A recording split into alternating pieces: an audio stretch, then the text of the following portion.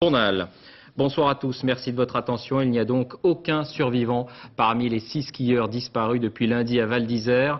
D'après les sauveteurs qui ont retrouvé les corps dans un fond de vallée, ils ont été tués sur le coup, écrasés par des tonnes de neige. Morts donc de leur imprudence, la piste était fermée au public. Des drapeaux à damier signalaient les risques d'avalanche. C'est la plus meurtrière dans les Alpes depuis le début de la saison. Mathias Hillion, Hugues Buchard sur place. Un pas en avant. Sondez. Ce geste, ces chasseurs alpins l'ont répété des centaines de fois depuis 2 jours. Chiens d'avalanche, chenillettes, tout a été mis en œuvre pour retrouver les 6 skieurs.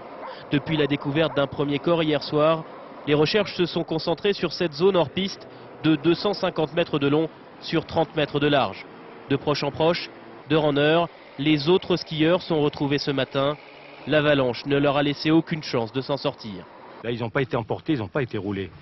La chance dans une avalanche, si on est pris, la chance d'en sortir, c'est d'être roulé et d'être éjecté un petit peu. Alors là, ils ont été complètement écrasés. Cette tragédie rappelle une nouvelle fois les dangers du ski hors piste. À Val d'Isère, les risques d'avalanche restent importants. Lorsque les gens voient des panneaux, des drapeaux à damier, des panneaux qui affichent un risque avalancheux extrêmement clair, des câbles, des filets qui empêchent l'accès à ces zones, il faut bien qu'ils se disent que ce n'est pas par plaisir que l'on entrave leur liberté, mais c'est parce que des professionnels de la montagne, après discussion contradictoire, ont identifié un véritable risque qui peut être un risque vital. Un message que les pouvoirs publics devront répéter encore et encore. Malgré le drame de lundi, ce groupe n'a pas hésité à s'aventurer hors des pistes balisées cet après-midi, dans cette autre zone avalancheuse.